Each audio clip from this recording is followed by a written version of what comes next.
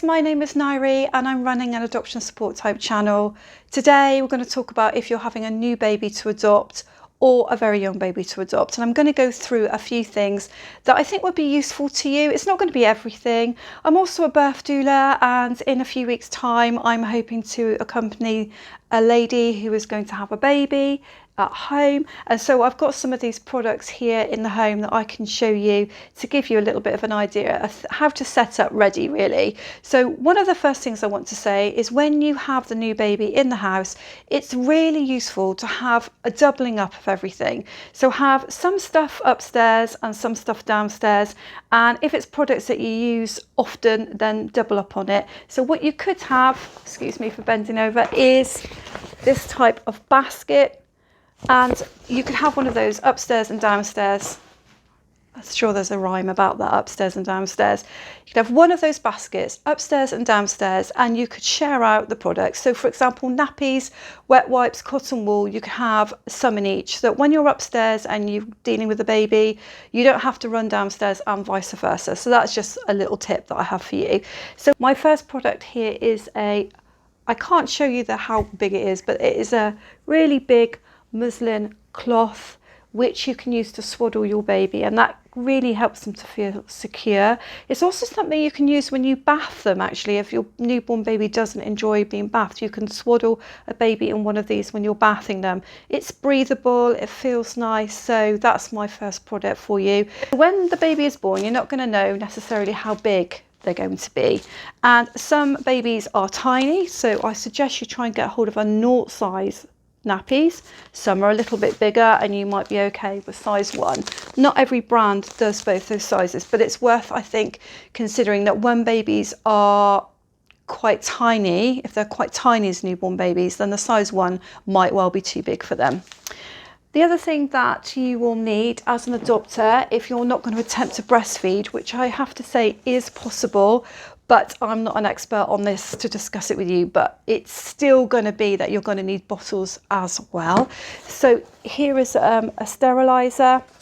This is a microwavable one, and you will need to identify the slow flow teats for your newborn and then gradually go up the sizes with the bottles. Bottles, I guess, I think it's really a choice, but try and find something that's closest to the breast shape as you can find, which I know sounds obvious, but you know, not everything is obvious, is it? Wet wipes are good to have around in the home, just almost for yourself, like wiping things down and wiping yourself over, and if you get into lots of messes, the baby's a bit sick, it's probably not a good idea to use wet wipes on a newborn baby to start with. It's a little bit harsh.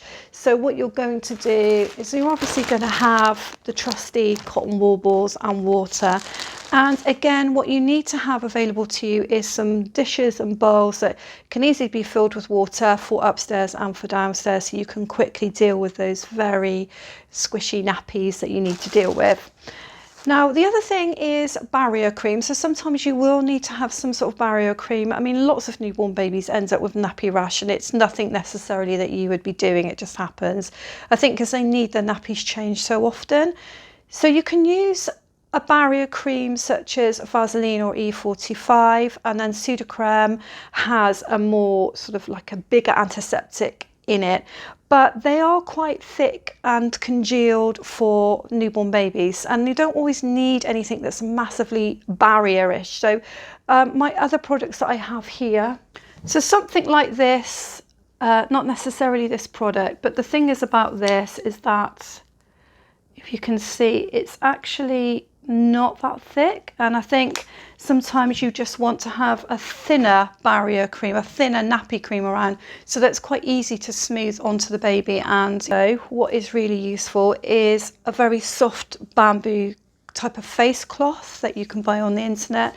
These muslin squares, which is different from the big swaddle that I showed you, they're not as big, and you can get these in all different sizes, but they're really handy for when you're winding the baby, feeding the baby, and they're sick, and you kind of have something to protect, and they feel lovely. So having quite a few of those around is really useful. And I really suggest that you have a good selection of vests or body suits with short sleeves to go underneath, and baby sleep suits. Just have, say, 6 of each that you can just put on quickly when you're in the home, and you can put them on at night. And yes, of course you can dress your baby up, but I think you need to make it easy for yourself, and that does make it easy for you.